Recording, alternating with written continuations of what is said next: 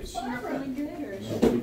She's behind you, okay. I thought, oh no, because I didn't see her. I saw Robert standing there, but I didn't see back in there where she was at. And I've been running back and forth this hallway since I got here. Good morning. No, that's why I wonder if I go and see Barbara. Sorry. Like, she's behind me. I think that's on there. Okay, now last week, since we had quite a few missing too, last week I explained that I'm going to stop before we enter into Thyatira, which is the church where Catholicism came out of. And I said, but something, oh yes, and it was laid on my heart that week and a half ago to just pause this study, because it's all got to do with future events. So I'm not veering off. I'm not getting political. I don't want anybody to think that that's what this is. But I just wanted to, I just felt the need that I really needed to share this with this group. That way I can look at you and say, tag, you're it. Now you're responsible to go out there and tell others. Okay? But what's been going on, as we talked about last week, what you can find out in the world situation, turning on the news, I've not been ever one, and nor was I ever taught to take the news and twist it into prophecy. But I'm telling you, how many of you truly believe that when you turn on that news and you open up the Bible, that it don't match up? I mean, it's coming so fast. That's what Revelation means, the unveiling. And it says in the book of Daniel that all these visions that Daniel had was not to any kingdoms, people, or anything of that day, because it states very clearly 3 times, Daniel, close up these books, for these prophecies are for what? The end of days. When did the end of days begin? The resurrection of Jesus Christ. That's when the end of days. When Jesus looked out over Jerusalem and said, if ye would have known at least thou in this day the things concerning Israel, and you wouldn't have known what you just did. This day. So we are now in what's called the what? End of days. Daniel, when Daniel received all this, there were kingdoms and prophecies and things that were according to the time of Daniel. But in each of these prophecies, Daniel always was told by God, what? These, close these up. That means shut them up, because these are sealed unto what? The end of days. Now John was revealed all of this, and that's where we get the book of Revelation. John reiterates every single prophecy of Daniel. That's why when Pastor Tom was doing the book of Revelation years ago, he said, you cannot fully understand the book of Revelation without understanding the book of Daniel. They're this close. The same visions, the same nations, the same everything. Daniel and the book of Revelation. Well, if John in 90 AD said, these are the things what to come, and that was in 90 AD, then how could all the prophecies of Daniel be fulfilled in Daniel's time? It couldn't have been. So that's where we're at. So I wanted to fly through this, and this may take us a few weeks to get through. I thought it was something I could just blurt out all at once last week and figured out that's not going to happen ever. But just to give you a heads up on what is to come. When we moved here 11 years ago, I will tell you, I thought it was so close and things, but there were still a whole list that I had of things that, well, this really needs to be checked off. This does, this does, this does. But I also know how God works. When it's His time, everything can come to fruition instantly. Just boom, boom, boom, boom, just like that. Come quickly, rapidly. But now, 11 years later, I see that, whoa, no, we're on the edge of eternity right now. Heavenly Father, Lord, as we open up your word and what you have spoken to us, because you have given us a clear vision that you will not leave us ignorant to know these things. That's why your word is written unto us, Lord, that we shouldn't just hold it and grab it and just boast with knowledge of what we have, Lord, because you've given us great things. You've given us the ability, your Holy Spirit, to even understand these things that the world doesn't understand. But Father, you gave it to us so we would shod our feet with that gospel of peace, knowing that we have rest in you in times to come, and that you will hide and protect us. But Lord, it is our duty as that watchman standing there to warn the others. And Lord, as we open up your word today, Holy Spirit, prick our hearts, burden our hearts to be that watchman and to cry out, even though we get laughed at, mocked at, persecuted, to cry out and say, judgment's coming. Lord, we love you. Help me through this time, Lord, that I have opening up your word and trying to explain it. In Jesus' name, amen. Amen. Now, there are many, many things to come. What that piece of paper is that I have there for you is not where we're going to be. But I just want you to have it. You can go over because that's only a portion of it. And to explain the part of the tub, just in case we don't even come close in the next week or so getting to that. And yes, we will be coloring certain things, orange and green, but it won't be today. That there has been a plan that has been unfolded by Israel and our government as well. From, what do they call the bunkers? From the Islamic bunkers, you know, their hideouts, I call them, whatever. That when Israel goes and raids one of these, what do? They take every piece of intel they have, computers or whatever, completely wipe them out. Then that way they have all this intelligence. That's how they know what's going to happen. You know, yes, we were warned by Israeli intelligence that we would be having some kind of attack on our country. And we did. But the problem was they didn't know who, what, well, they knew who. They didn't know what, when, where. You see what I'm saying? When those buildings fell, the airplanes up in the air ready to hit in different points, they had a 3-point plan. Number one, wipe out the World Trade Centers, which they'd been trying since 1992. Then the second plan of that threefold plan was to do what? Knock out the Pentagon, and then the third one was what? To take out the White House. The White House we're not sure which one. It's either the White House or the Congressional building. Well, from what they had, it was to take out the president. See what I'm saying? It was to hit the White House. Washington, D.C. was their goal. Now, we know that two were not as devastating as they didn't get to complete all three.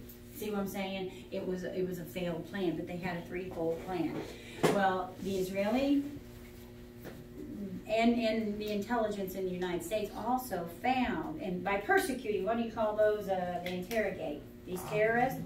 And they found out, interrogating others, which I have the news reports from NBC and CBS copied on there, that when they did that with these people, they came up with, they had a threefold plan to hit the Western nations. Not just United States, but guess who? England as well. And that threefold plan, which I just jotted up at the top, number one was to conduct an EMP over our atmosphere, to wipe out all electronics, everything, by flying over the atmosphere and detonating a nuclear bomb. To cripple us. Now, but that's only one part. Now, the moment that happens, there will be 7 bombs that are planted in the United States, nuclear bombs, in 7 cities that will simultaneously at least try to go off. And now I'm saying that all this is their plan, but it doesn't mean that all of it will be completed. But this is what their plan is. At the same time that this happens, you got boom, boom, and then the third is to go in for the kill. The third part of their plan that was uncovered by the Israelis and intelligence in the United States was to come out of their enclaves. What is it they called them? And they said you're not allowed to call them that anymore. The Muslim mosques. Well, that's what they are in the mosque. They call them, yeah, but those the communities. But what are No-go zones. No-go zones. But there's another word I'm looking for. Come on, you guys got to help my memory here. Dens of hell. Yeah, that too. But anyway, they have. There's a word that they use for them. But we know now that they're all over the United States. You know, when you've got big news broadcasting on liberal news television coming out and interviewing these people, what's the other name of it? Project Clarion. You can look that up. That's part of the United States government to investigate all these enclaves, I call them. And what they do, one guy even went and the one Muslim terrorist training camps in the United States. They told me how many there are now, 23 or 43, something like that. It's way up there. I've got the numbers. I just can't remember all of them. But he went there and was videoing, and one guy came out and told him that, you know, you're not allowed to video. And he says, well, I'm on I'm on state land right here on the road. I have a right to do that. I'm not in your property. So he was videoing, and then about that time he started cursing and says, no, you're going to get off the property. And then there's this guard shack out there beside their gate, and out of a guard shack. Now, I don't know, where my mom and dad had a business and they had a guard shack. I know as a kid, I've been inside that guard shack. It's only, about this big. So how many adults can actually fit into that little tiny? Well, if you packed them in, maybe 4 people, standing there. Okay, so let's just say 4. There was like 16, 17 full body armored men with guns that came out of that. Where did they come from? Underground. What do they do in Israel all day long? Tunnel. We have tunnels in our country right now that's ready for the Day of Islam. How many have heard of the Day of Islam? The Day of Islam is where they're preparing for the Mahdi to rise up, which is their Mashiach, their Messiah. And the Mahdi will only come at the point of devastating chaos in the world. And he will rise up and kill all the infidels and all those who will not submit to Allah.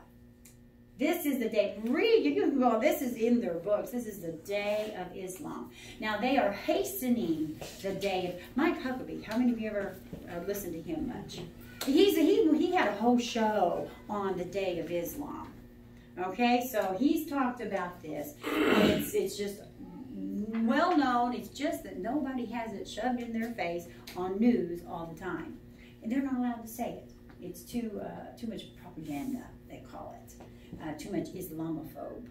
You start talking about this and you get people hating people. We don't hate people. We hate ideology. We hate falsehood. We hate lies. That's what we hate, We don't, do we hate people when they go out and murder someone and we have to put them to death? Is that hate? We hate what they did. Exactly, and that deed has to be punished. So they're trying to just whitewash everything about it, which that's all through the Muslim, but that's another whole story. Don't even go there. But getting back to the facts. Now, this is their plan. To wipe that out, come out of their enclaves, the same time 7 bombs go off in 7 cities. This all will be a total chaos. Now, if you think that's bad, they've got 3 planes flying over. That's the plan. 3 planes flying over the United States. When it hits in 3 points over the United States, it will wipe out almost all of Canada and almost all of Mexico as well. That's how bad they said it was. This is government intel saying this. If this would happen, this is what would happen. And they've been working on scenarios for the last 7 years. And a lot of people don't know that either, because they've been training people what they're going to do in this case when this happens. But they have a 3-fold plan, and it doesn't mean it's always going to come in. Let's see. Was it one of the, Dan Rather, you know, he's liberal. You see what I'm saying? He doesn't want to get involved, doesn't want to do anything. They interviewed him over a book that he had written about this day of Islam. And he's like, it's not a matter of when it will happen. I mean, if it will happen, it's a matter of when it will happen. So the news person that was interviewing him said, well, what have you done? Are you doing anything to change this, to do what? And he goes, I have MREs or what are those called? MREs. He goes, I've had so many gallons of water, and where we've got an underground, like a safe house or whatever. Yeah, something like. He's going on and on and on. And I'm sitting there listening to this. Go watch it on YouTube. It's on there, and I'm like, say what? Yeah, he's got all the money to go and do all of this. So why aren't they warning the average person? You see what I'm saying? They're not doing it at all. They know it. They know it. Newt Gingrich says, he's the same thing. Google that, YouTube it. And he's the one that threw a fit under the Obama administration, because the Obama administration, when this was all brought to them, Peter Pry was one who worked for the government, who came up and made a mock suitcase bomb on the congressional hearing about this. He made a mock one to show them that, yes, this is very possible. Okay, this is all done by our government in congressional hearings against, with this information that they've gotten over the years.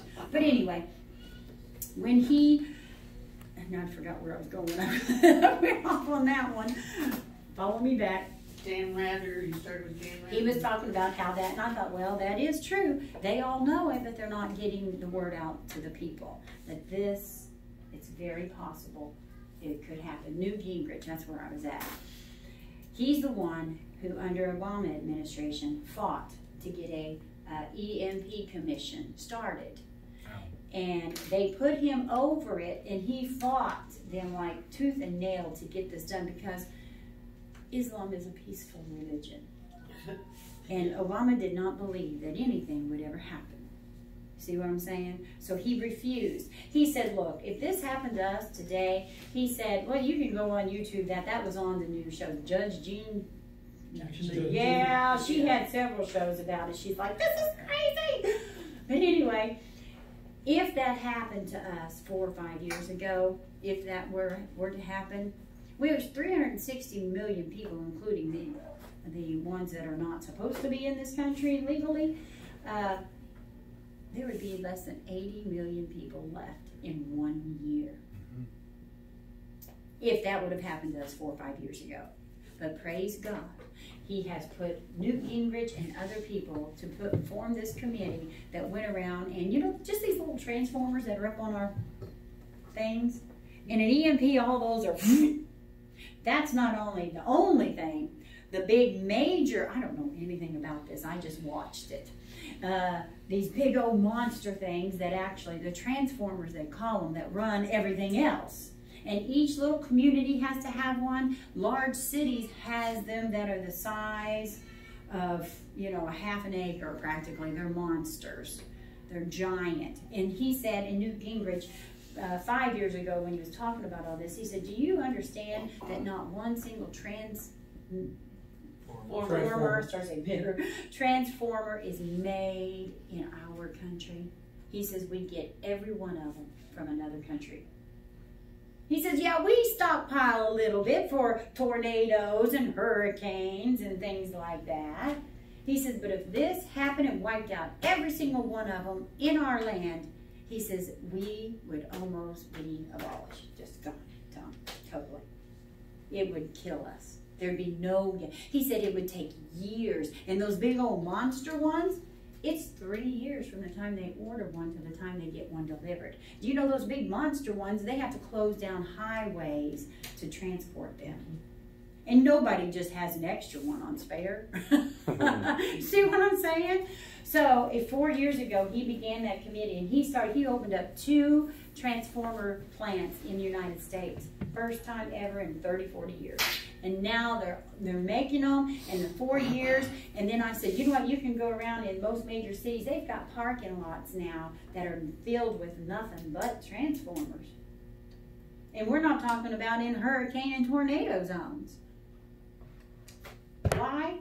Now it's going to take people to put all that back. But anyway, just going off on a Are rampage those that way. transformer parking lots backstocks or are they in use? Oh no, I'm talking about they're all just lined up like little trash cans. I don't know what they are. And they're just, it show, you go on Google and find this stuff. They're just where there's thousands of them now, thanks to men who stood up to our government and said, listen, we have the proof. And Newt Gingrich says continually, it's not a matter of if, it's a matter of when. We just don't know when. Now, that's all the hand-to-hand combat. There are all of these enclaves that are around. And it is a known fact that Israel has many times mentioned, please, you've got to understand, these mosques are nothing more than training camps and stockpiling weapons, military-grade weapons. We're not talking about your normal average hunter. We're talking military stuff. And they're putting it in there, stockpiling it. Because there's not a mosque that Israel's never had to go into that it's not under a bunker, underneath, filled, stocked up with military equipment. So Benghazi, the question is, why are we still allowing mosques to be built? that's we get presidents America. like Obama as a Muslim. And that's, it's America. We do have, and they know it, and we're ignorant to that fact. You know, because I've worked with Muslims. Think they're just hilarious. I can work with them, you know. I didn't think anything about it, but I will say one thing: they all had one thing in common. Yes, ma'am. That they would all state the Americans, Westerners, they're just so ignorant. They're stupid Americans. I would hear that comment several times. And then I would say, no, wait a minute. You know me and my big mouth. Why are you over here if we're so stupid? You know, I'm the only one that would even say anything to them. And I didn't have anything against them, but I'm going to make them stand for what they say. You're not going to stand there and call me stupid. What did they say? And he says, well, we come over here for the education. I go, wait a minute. I thought we were stupid. I go, we're ignorant and we're stupid, and yet you want to be educated by us? I said, can you make any sense out of that? And he just walks away, didn't have anything to say. So then finally I started crying a little bit more. Now this was before 911. One little Muslim girl. I go, now why are you over here? What are you studying? You know, I was at Taco Bell. I'm slinging tacos. She's online with me, so I ain't got nothing to do but talk to her. And she goes, well, I am studying demolition of bridges. Wow. Bridges? So I go, now wait a minute. I go, you come to America to study the demolition of bridges? Do you have a lot of bridges in your country? Your bridges. Huh? Your bridges. Yeah. And I go, do you have a lot of bridges in your country or something that you guys want to demolish, or there's just you don't teach that in your country? And she just kept on going, and she goes, oh, no. She goes, it's a degree, it's a degree. Okay, and what's our number one? Do you know who was just arrested, 3 weeks ago or 4 weeks ago? About the guy, the Muslim, who they've caught taking pictures of the bridges and then went and raided his house. And of course I said, okay, now he'll probably have some Muhammad, whatever name. And then they finally let out, why did they catch this guy and say he was down there taking pictures? They wanted to investigate him. Then they found out that he had ties to ISIS, and his apartment had all the bomb-making stuff in it. Now, how many paid attention to that on the news about 3 weeks ago? Do you remember hearing about that? And what was his plans? To blow up bridges. They have not stopped. Now I'm talking about, this was in 1998. I'm standing at Taco Bell next to a person and all those Muslims that I worked with were all in our countries learning engineers. Oh, one of them was demolition of buildings. You know, the kind that and then I was like, oh, that's so cool. I go, you mean talk about like when you put the little explosives all in the building and it all goes, implodes. Yep. Now that's what's been in our country. Are we stupid? They were right. You see what I'm saying? Now I understood. Not as a young woman, but now more wiser today, seeing. We're not stupid, we're happily oblivious. That's the word. Okay, let me see how much time I got because I haven't even got started. Now this is their threefold plan. That's what I'm saying. And how does this have to do, and what discussion does this have anything to do in a Sunday school class in a Baptist church? Because it was predicted by God in the book. I'm going to prove to you without a doubt that everything that we're talking about is in the Bible.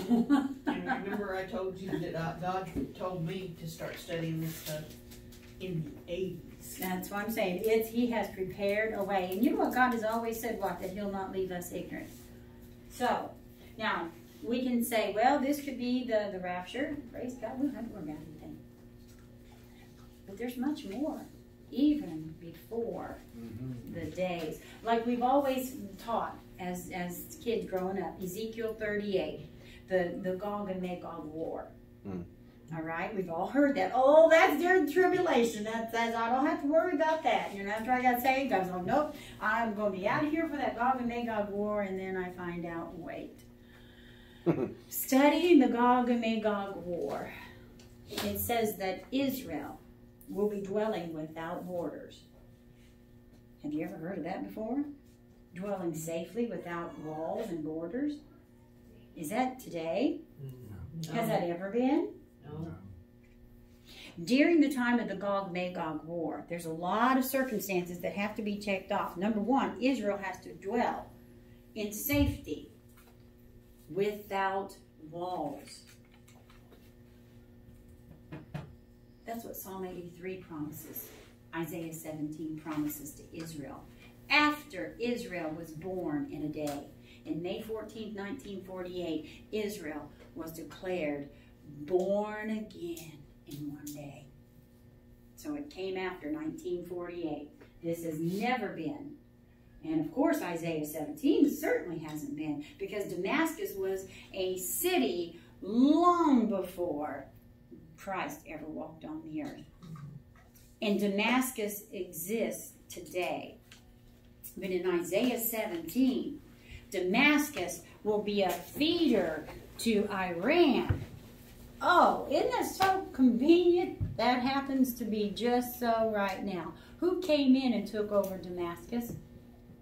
The ISIS. Who feeds ISIS? Iran, Persia. Okay, when the Bible clearly states that in the time that Iran will be Persia, will be the one that more or less persecutes the people in Damascus. There are no Christians left in Damascus. Do you know, as of 40 years ago, 80 or 90% of the population in the city of Damascus was Christians? Most of them Coptic, but still they were Christians. None. Zero.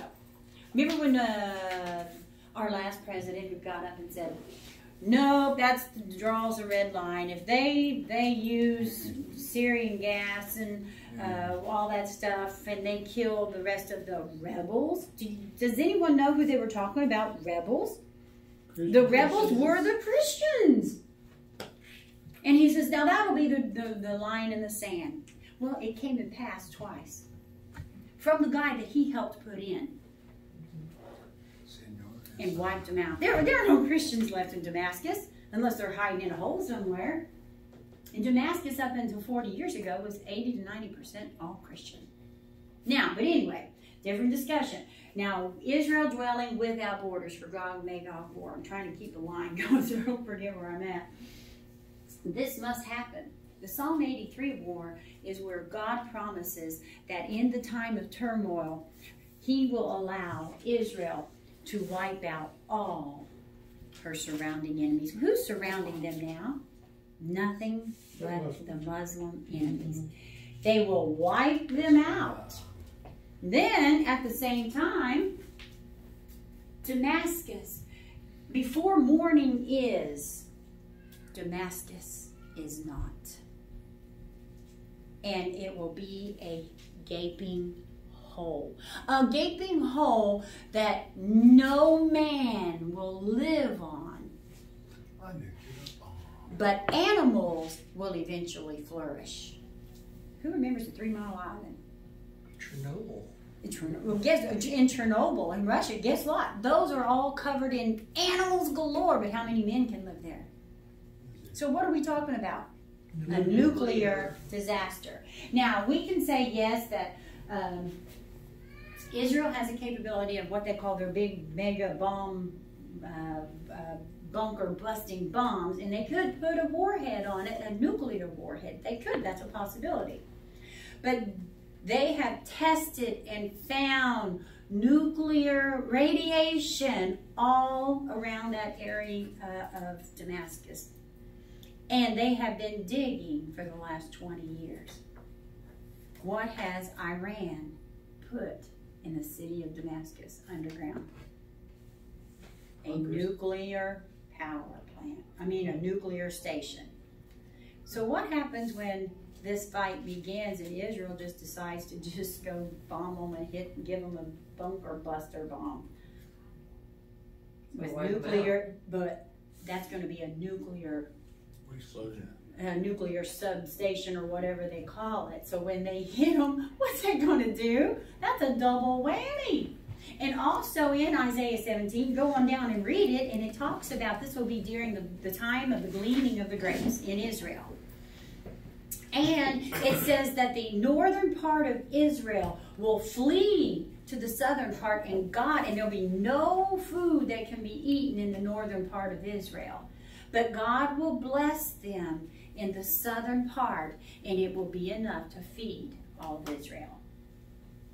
Now, do you know that Israel now, just in case something happens and they do have to go to war with Syria to bomb Damascus, that they have been planning air raids and they're testing and timing people on how fast the evacuation can happen. That's going on right now. They evacuate like every 6 weeks practicing. Now, the gleaning of the grapes in Israel begins this Sunday, today. That's when the gleaning of the grapes begin. And it doesn't end until 4 to 6 weeks later. So we know that when this bomb goes off, when they're fighting and Israel has to run to the southern borders, they also will take care of all their surrounding enemies. And there will be, as the Bible puts it, temporary peace. You know what I'm saying? It'll be not so bad. It will be during the time of the gleaning of the grapes in Israel. You see what I'm saying? So God even gives a certain time. Now, do we know when? No. We don't know what year. Have no idea. But anyway, so this is all leading up to, okay, I went back to Gog